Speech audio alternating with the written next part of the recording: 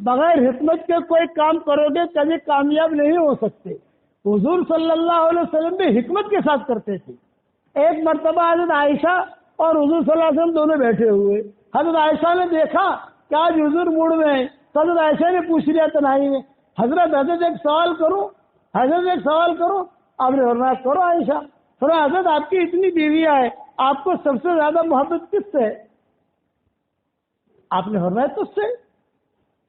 اب حضرت عائشہ خوش ہو گئی, الحمدللہ کھڑی ہو گئی اور کھڑے ہو کر جو ہے جلدی اپنی اوڑھنی لی, اپنا جلباب لیا اور باہر جانے لگی. ارے اویش کہاں جا رہی؟ ہماری شریعت میں بیوی کا پیار والا نام رکھنا سنت ہے لیکن دھمال والا نہیں. حضرت عائشہ کا نام اصل عائشہ تھا. حضور پیار میں کہتے تھے اویش, حضور پیار میں کہتے تھے عائش, حضور پیار میں کہتے تھے حمیرہ, حضور پیار میں کہتے تھے صدیقہ, حضور پیار میں کہتے تھے عفیفہ. تو حضور نے فرمایا تھا ارے اویش کہاں جا رہی تم کہاں جا رہی؟ یہ میں سب کو کہنے جا رہی ہوں. تو میں نے حضور سے پوچھا کہ اتنی امہات المومنین ہے, آپ کو سب سے زیادہ محبت کس سے ہے؟ تو حضور نے فرمایا تجھ سے. ارے فتنہ کرائے گی گھر کے اندر کی. حضور بھی ڈرتے ہیں یعنی کبھی حکمت. اب نہیں تو آ, ارے کس کو کہنا مت, تو آ. بٹھایا اور بٹھانے کے بعد قریب کیا اور قریب کرنے کے بعد کہا کہ دیکھ عائشہ, میں تجھے ایک چیز دے رہا ہوں اور گھر میں تنہائی میں دے رہا ہوں, لیکن یہ ایک شرط پر دوں گا, کسی کو بتانا مت, کسی کو کہنا مت, بس میرے اور تیرے درمیان. حضرت عائشہ نے کہا ٹھیک ہے. تو حضور صلی اللہ علیہ وسلم نے مٹھی پر کھجوریں لی اور کھجوریں لے کر حضرت عائشہ کے ہاتھ میں دی. دیکھ میرے ہاتھ سے تجھے کھجوریں دے رہا ہوں, کسی کو کہنا مت. ہاں نہیں کہوں گی, یہ راز ہے میرا اور تیرا, کسی کو کہنا مت. حضرت عائشہ خوش ہو گئی, ماشاء اللہ آج حضور نے میرے ساتھ پیار کیا, مجھے کھجوریں دی, کسی کو کہنا مت. بات تکی کی. اب حضور صلی اللہ علیہ وسلم دوسرے ماؤں کے پاس گئے, ہر ماں کے پاس جا کر بیٹھے اور کہا کہ دیکھو میں ایک ہدیہ دے رہا ہوں, کسی کو کہنا مت. ہاں نہیں کہوں گی. سب کو مٹھی پر کھجوریں دی حضور صلی اللہ علیہ وسلم, سب کو دی. اور ہر ماں کو کیا کہا, کسی کو کہنا مت. ہر ماں کو پکا کیا, کوئی نے کہجے مت. وہ جوڑوں تو جوڑوں. وہ ماں خوش ہو گئی بیچاری, ماں بھی خوش ہو گئی, آج حضور نے ہم سے اتنا پیار کیا. اب سب کو دے دی اور سب کو یہ کہا کسی کو بتانا مت. باتیں ہو گئی, راز میں رہی. ایک مرتبہ ساری مائیں ایک ساتھ جمع ہو گئی حضور صلی اللہ علیہ وسلم کے کمرے میں. تو حضرت عائشہ نے سب کے سامنے پوچھ لیا, حضرت یہ ساری امہات المومنین جمع ہے, آپ کو سب سے زیادہ محبت کس سے ہے؟ تو آپ نے فرمایا جس کو میں نے کھجور دی تھی اس سے ہے.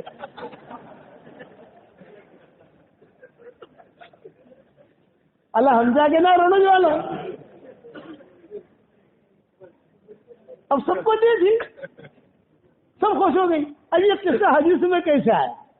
یہ بھی تو ہے نا بے روایت میں کیسے آیا, مورخین نے کیسے لکھا, کوئی تو وجہ بنی ہوگی. اب حضور صلی اللہ علیہ وسلم کا انتقال ہو گیا. حضور صلی اللہ علیہ وسلم کے انتقال کے بعد سارا غم وغیرہ ختم ہو گیا. پھر جو نارمل زندگی امہات المومنین کی گزرنے لگی. تو حضرت عائشہ رضی اللہ تعالیٰ عنہ جو تھی یہ حضور صلی اللہ علیہ وسلم سے بہت قریب تھی. تو حضرت عائشہ امہات المومنین تو کہنے لگی میرا اور اللہ کے نبی کا ایک راز ہے جو بتاؤں گی نہیں. اب یہ ظاہری بات ہے کہ دوسرے ماؤں کے سامنے آپ یہ کہو گے اور حضرت عائشہ کہے گی تو میرا اور اللہ کے نبی کا ایک راز ہے میں بتاؤں گی نہیں, اس کا مطلب دل میں آئے گا نا شو سے بتا میں بتاؤں گی نہیں بتاؤں. اب مائیں جو ہے پیچھے پڑ گئی حضرت عائشہ کی, بتانا پڑے گا. تو بیوی تھی تو ہم بھی بیوی تھی, بتانا پڑے گا. تو حضرت عائشہ نے قصہ بیان. حضرت عائشہ نے کہا کہ ایک مرتبہ حضور صلی اللہ علیہ وسلم نے مجھے قریب کیا اور قریب کر کے مجھے مٹھی پر کھجوریں دی اور کہا کہ عائشہ کسی کو بتانا مت, یہ پیار اللہ کے نبی نے مجھے دیا. تو ساری ماؤں نے کہا وہ تو ہم کو بھی دیا تھا, وہ کھجور تو ہم کو بھی دی تھی حضور نے. اس کو کہتے حکمت. ومن یؤت الحکمت فقد اوتی خیرا کثیرا, اسے حکمت کہتے ہیں. حکمت کے ساتھ چلو گے منزل تک پہنچو گے. میں کہتا ہوں کہ گھر میں بیوی کو خوش کرنا ہے نا بھائی. ایک آدمی مجھے کہتا بولتے میری بیڑی بات مانتی تھے, میری بیڑی بات مانتی نہیں تھے. انہوں نے کہا ایک وزے میں بتاؤ کرے گا تو؟ میں کہا کروں گا انشاءاللہ. میں لگا روزانہ 5 مرتبہ تیری بیوی کی تعریف کر. ارے تیرے ہاتھ کا کھانا تو مجھے بہت اچھا لگتا ہے, تیرے ماں باپ تو بہت اچھے ہیں, ارے تیرا بھائی بھی بہت اچھا ہے, تیری بہنی بہت اچھی ہے, تھوڑی تعریف تو کر. اب میں نے کہنا شروع کیا تو میں بنگلور گیا تھا, وہ عورتوں کا بہت بڑا مجمع تھا. تو میں نے کہا تو عورتوں نے کہا یہ تو ہم کو پتا ہے کیا ایسا کہتے ہو, شوہر ایسا کہتے ہیں, تو اور وظیفہ دو.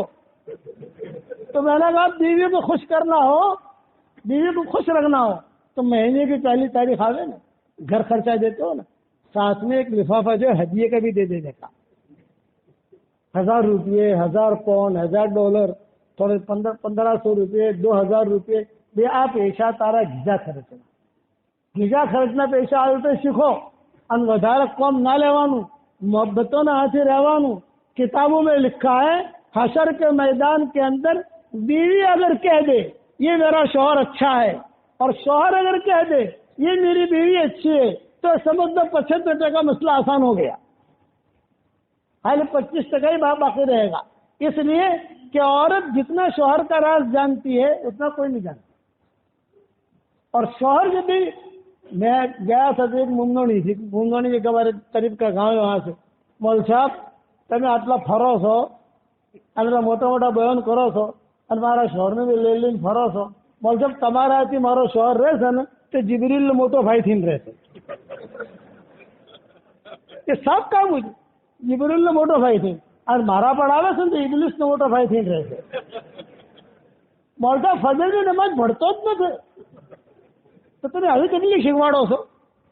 અમે તો બહેરું ઉઠી જાય છે સવારમાં, اور 6 વાગે નો ટાઈમ નમાજ નો, તો એને ઉઠાડતો જ નાખો તમે. અરે ભાઈ 6 વાગે નમાજ ઊભી થાય મસ્જિદના અંદર, મસ્જિદ નમાજ ભટો. કેટલા વાગ્યા છે? હજી તો 15 મિનિટ વાર છે, બહુ વાર છે. બાદમાં ઉઠાડ તો 15 મિનિટથી 5 મિનિટથી ઉઠાડ, 5 મિનિટથી નમાજ જાય. હવે